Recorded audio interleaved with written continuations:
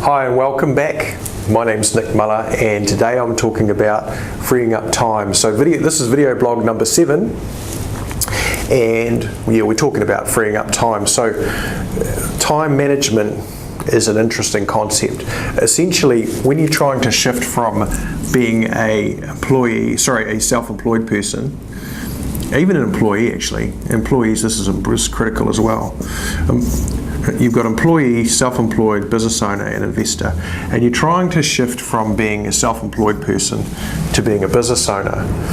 Now, one of the biggest fundamental points about this is that as a self-employed person, the more you work in your business, the more money you make, right? So we're using money as a conversation, as a measurement of producing a result. Okay, so it's not about the money. It's all about the money, but it's not about the money. The money's a indicator of how well we're progressing at our function. So from shifting from self-employed to business owner, the correlation with self-employed person is that the harder I run, or the more I work in my business, the more money the more revenue I generate, right? And as a business owner, the less I work in my business, the more revenue I generate. This is the first key critical point here.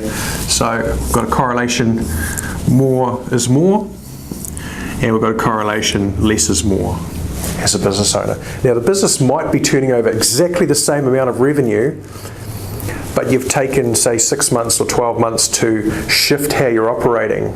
Okay, the relationship with the business is quite different. You're no longer collecting the mail from the PO box, and that should go on the stop doing list. So I don't think you should be collecting the mail from the PO box. You should be figuring out a way for somebody else to do that. Now that's an analogy or an example of reducing the amount of activity that you do that produces a lower return in terms of revenue, for example. So what I mean by that is, let's just say your business is turning over $1 million a year or $10 million a year, and you're the CEO or owner or leader. And fundamentally, anything that can be done at a lower rate than what you do, then the revenue you produce for the business should be done by somebody else. Okay, and your job, should you choose to accept, is to figure out how to delegate those lower value or lower cost tasks to somebody else, be it outsourcing, build a system.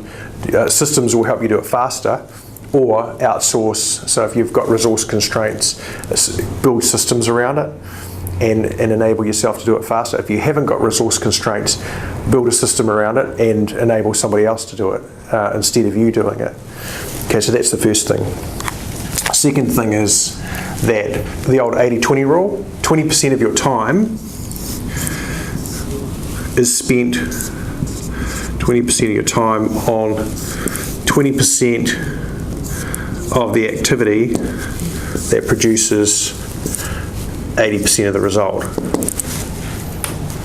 So that's something to think about. 20% of your time is spent on 20% of the activity that produces 80% of the result.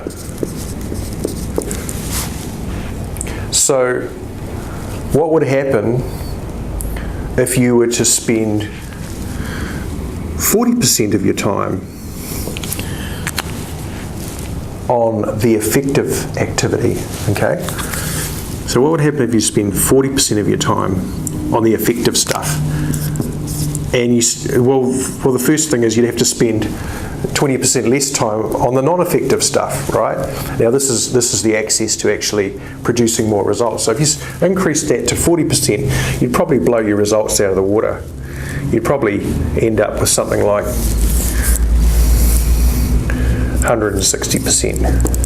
I'm not sure if mathematically that's correct, but you'd actually produce more results. And we all know this, but we don't actually ever stop and figure out how to accomplish it. So, you've probably all seen this before. You've got a graph here with Highly important activity. This is importance against urgency. You've got low, you've got high. Now, this is about effectiveness. So, most of the time we do work that is highly important and highly urgent. And some of the time we do work, or a lot of the time we do work that's highly urgent but of low importance. So this is other initiated. So most people work, so here's box 1, 2, 3, 4. Most people work on highly important, highly urgent, like that's a quote that needs to go out today for a big job. And this is a quote that needs to go out today for a little job. But somebody's putting pressure on you to get the stuff done. Well, this is reactive stuff, this number 3. Number 2 is important to you, number 3 is important to other people, but not so important to you, but it has to be done. And we never actually get to the stuff in number 1, which is highly important, but of low urgency.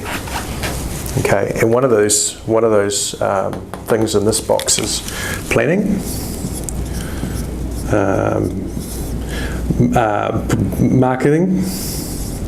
marketing plan, building a sales process, building systems on versus in, all that stuff. So we don't get to this because we don't prioritize it correctly. So the key to working on the high level of activity, let's say spending 40% of your time on 40% of the effective stuff that would produce a way better result. The key to that is to getting it out of here. So you've actually got to get your foot out of number 3, which is of low importance to you but high level of urgency. And so I won't spend too much time on that today. However, what I will say is that you need to learn to delegate more effectively.